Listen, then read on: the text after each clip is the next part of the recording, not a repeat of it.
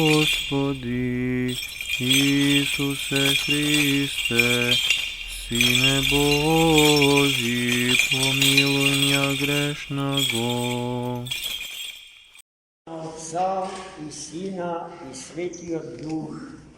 Амин. Возлюбени во Христа Бога, братя и сестри, на почеток от денешната беседа сакам да ве подсетам дека во следната седмица се празнува светата великомаченица Марина Антиохиска. Во тој ден традиционално служиме сеночно бдение. Сеночното бдение ќе почне во саботата, вечерта, во 22:30 часот. И ќе трае до утредента, рано утрото. Тоа е нешто што вие го знаете. И тоа што и повикот што јас денеска го повикувам до сите вас да присуствувате на сеночното бдение во чест на светата великомаченица Марина е нешто што исто така ви е познато, но во согласност со нашата традиционална филоксенија. Упатувам повик до сите вас да дојдете и овој свет храм да го исполниме со срцата наши и со душите наши и со телата наши и со сиот ум наш, како со една уста и како со едно срце да го прославиме троедниот наш Бог, Отецот, Синот и Духот Свет и неговата чудесна, доброволна слугинка и во љубовта робинка, светата великомаченица Марина. Низините свети мошти се чуваат во еден дел во соседниот наш град Охрид, а во најголемиот дел во соседна Албанија, во градот Елбасан и во градот Тирана. Нашите браќи и сестри од Албанија не пропуштаат ниту една година да ги донесат незините свети мошти во Охрид на Тимити Кипроски Нисис, на побожно поклонување, побожно честење и почитување на нетлените незини мошти, бидејќи Господ ги чува до денеска, за да ни биде и нам денеска утеха, како што им била утеха на православните на овие простори во течењето на сите претходни векови. Тоа што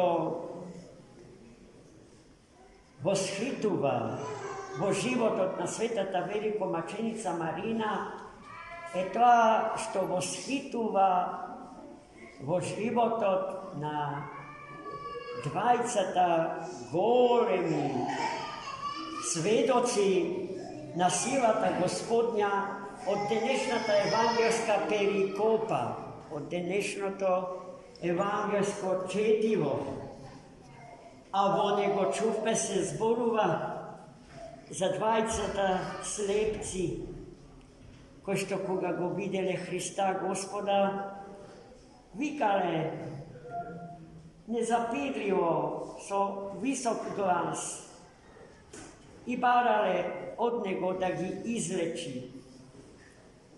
нарекувайки го со неговото вистинско име.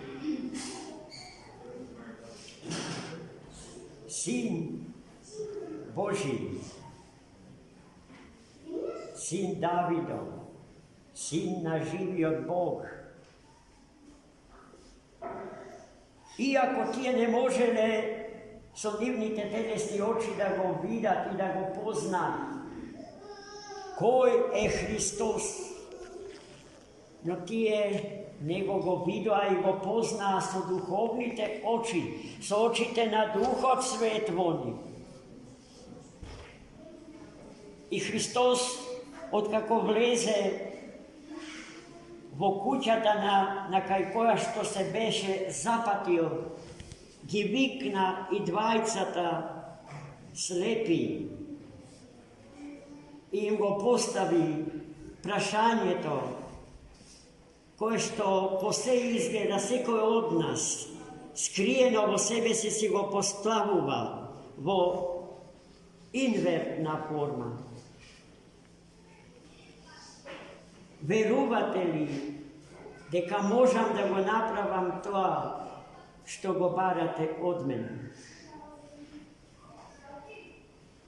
И двајцата слепи со една уста, со еден глас, без трошка сомнеж, извика: да, Господи, верувам.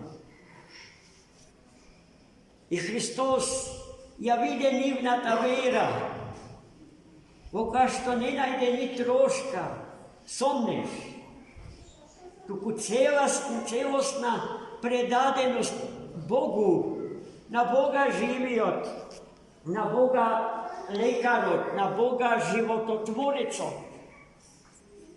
И Христос ги закрсти нивните очи со зборовите: нека ви биде според вашата вера. А според нивната вера се случи нивното исцеление, браќи и сестри. Тие прогледа и со очите на телото ги видоа убавините на овој свет, за кого што многу пати сме рекле дека е убав, бидејќи неговиот автор, неговиот креатор е убав. Создавајќи го Бог светов, собствената убавина ја втисна во тестото од телото на овој свет. И затоа е тој толку убав. И затоа ни е претешко да се разделиме секогаш кога смртта, која што неизбежно чука на портите од нашите животи, ќе ни ја одземе можноста да ги гледаме убавините Божи втиснати во телото на светот. Но сето таа разделба со убавината за која што вели Достоевски на едно место дека ќе го спаси светот, е времена разделба. За повторно да и се вратиме, а и таа нам. Зашто не само човекот е повикан на спасение, туку и светот од Бога создаден, е создаден за вечност. И ниту му има спасение на светот без спасението на човекот, како што му нема спасение на човекот без спасението на светот. И се така Господ органски вплотил во еден совршен организам, надвор од кој што нема вистински живот. Потоа Христос им кажа да не зборуваат за чудото што им се случи, да молчат. Но тие, откако излегоа од домот на своето исцеление, не можејќи да ја скријат вистината za Boga vistinskijot i živjot. Nasекаде разгласува за чудото што им го стори, им го направи Христос. Веднаш потоа Христос налета на уште еден случај, претежок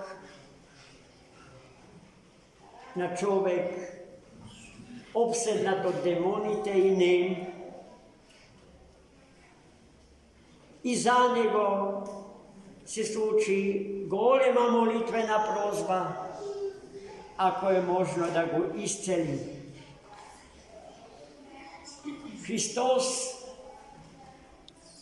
никогаш, ни во еден случај не се двоуми да му ја подаде својата божествена десница на расслабениот, исцрпениот и болежливиот човек. И овој пат Христос му ја подаде својата божествена десница. Ги растера демонските сили од внатрешните простори, од личноста на тој човек. И тој прозборе престана да биде нем и бесен. И сето тоа луѓето го гледа силно збунети, но и исплашени од силата што Христос ја покажуваше. За човекот да види дека не станува збор за обичен човек, туку за човекот обожен, за човекот кој што стапил во симбиоза и во целосна рамнотежа со природата на Бога во Богочовекот Христос. И кому ништо не е неможно, а се што прави во слава на троичниот Бог.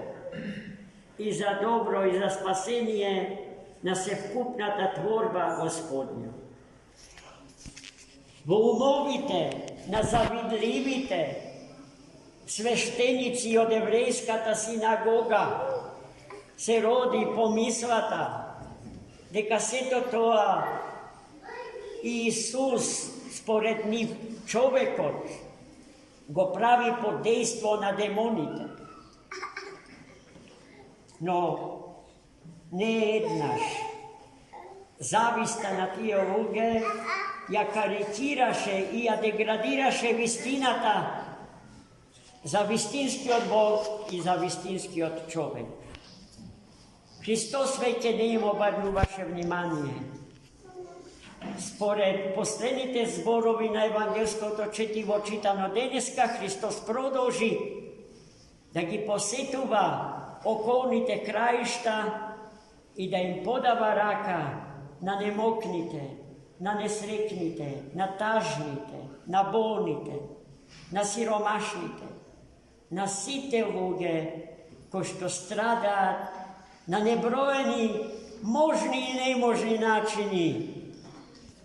И денеска ништо не е поинаку, поради што сето тоа што го читаме во Евангелието, го разбираме целосно, зашто судбата на тој човек е нашата собствена судба.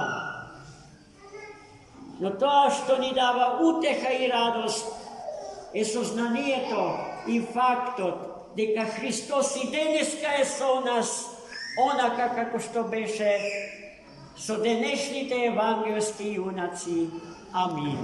За многу години.